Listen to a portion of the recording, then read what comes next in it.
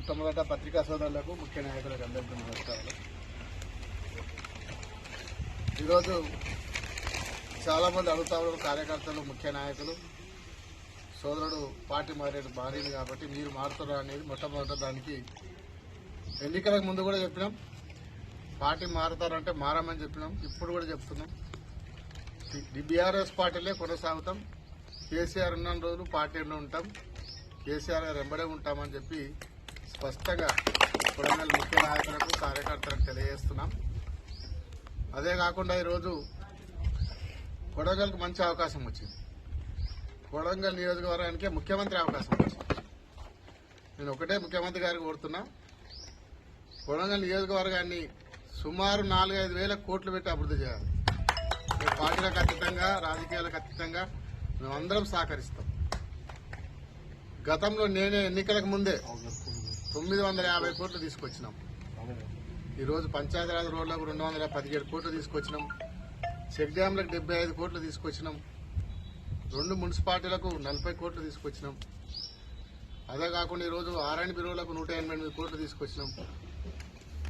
అదే రోడ్డు వైడనింగ్లు దౌలతాబాదు, బొమ్రాస్పేట, మద్దూరు, కోజ్గి వాటన్నిటి కలుపుకుంటే 40 కోట్ల రూపాయలు వైడనింగ్లో తీసుకొచ్చినాం. అన్ని టెండర్లు అయిపోయినాయి. కొన్ని టెండర్ ప్రాసెస్లు ఉన్నాయి. వాటన్నిటిని కూడా కంప్లీట్ చేయాలని కోరుతున్నాం. చేసి మేము కొత్తగా పెట్టి ముందు 900 కోట్లు అయితే పనులు కంప్లీట్ చేయండి.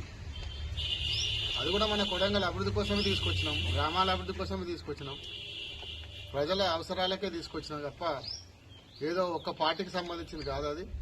వాటిని అన్ని కంప్లీట్ చేసుకుంటూ ఇంకొక 4-5 వేల కోట్లు తీసుకురండి.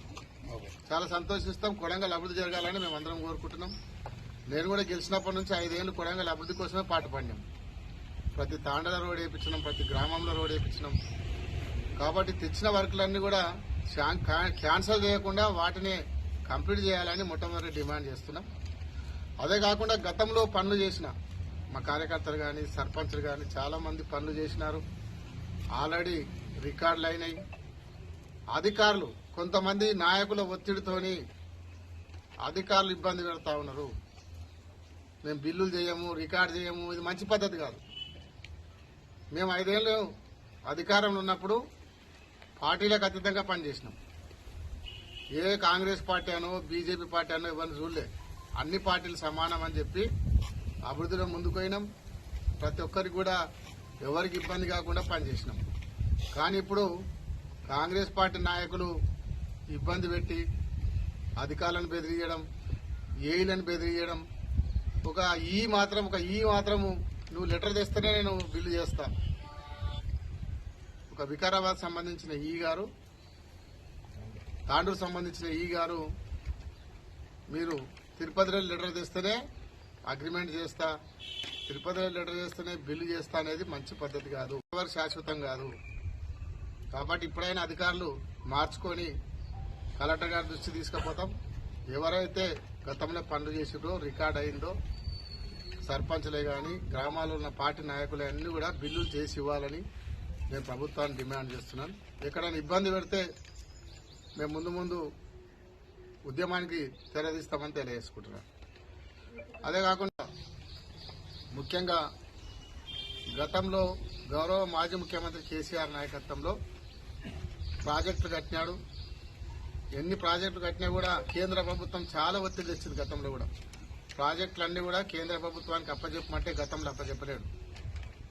ఈరోజు కృష్ణా రివర్ మేనేజ్మెంట్ బోర్డు కేఆర్ఎంబీకి వాళ్ళ ప్రాజెక్టులన్నీ కూడా ఈ ప్రభుత్వం 2 నెలల్లో పట్టినాయి. ఈ కృష్ణా ప్రాజెక్టులు కానీ, గోదావరి ప్రాజెక్టులన్నీ కూడా కేంద్ర ప్రభుత్వానికి అప్పచెప్పినారు. సైన్ పెట్టేసి 1 నెల 2 నెలల లోపల అప్పచెప్పేసినారు. దీనివల్ల రైతాంగానికి రేపొద్దున తెలంగాణలో ఏ ప్రాజెక్టు కట్టాలన్నా, ఏ కెనాల్ కట్టాలన్నా, రైతులకు కెనాల్ ఓపెన్ చేసి వాటర్ ఇవ్వాలన్నా కేంద్ర ప్రభుత్వం పర్మిషన్ చేయలేని పరిస్థితి ఉంది. ఇప్పుడు ఒకవేళ రైతులకు సాగునీరు అందియాలంటే కూడా, కెనాల్ ఓపెన్ చేయాలంటే కూడా కేంద్ర ప్రభుత్వం పర్మిషన్ కావాలి. ఇప్పుడు అట్లాంటి పరిస్థితి తీసుకొచ్చింది ఈ ప్రభుత్వం.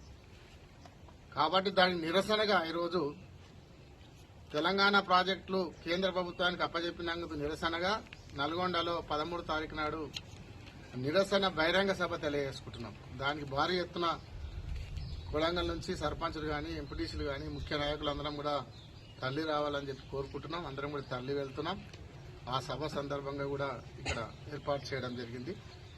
అదే కాకుండా ఈరోజు మనం చూస్తా ఉన్నాం, తెలంగాణ ప్రభుత్వం ఇప్పుడు వచ్చిన కొత్త ప్రభుత్వం ఎన్నో హామీలు ఇచ్చింది. 6 గ్యారంటీలు అన్నారు. మరి నిన్న పెట్టిన బడ్జెట్ చూస్తే 6 గ్యారంటీలు అమలయ్యే పరిస్థితి అయితే లేదు.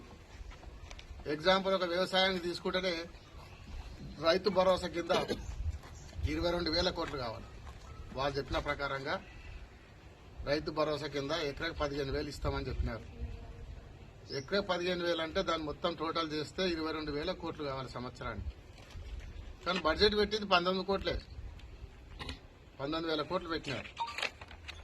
మరి ఎక్కడ రైతు భరోసా ఇస్తారు, రైతు బీమా ఎక్కడ ఇస్తారు, రైతు రుణమాఫీ ఎక్కడ చేస్తారు, దానికి సమాధానం చెప్పాల్సిన అవసరం ఉన్నది.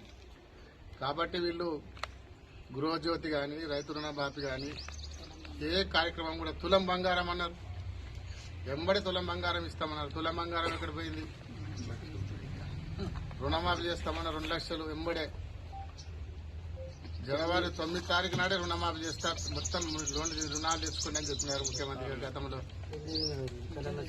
కేసీఆర్ గారి నాయకత్వం, చలో నల్గొండ, చలో నల్గొండ, కృష్ణానది హక్కుల కోసం చలో నల్గొండ, జై తెలంగాణ, జై నరేంద్ర అన్న.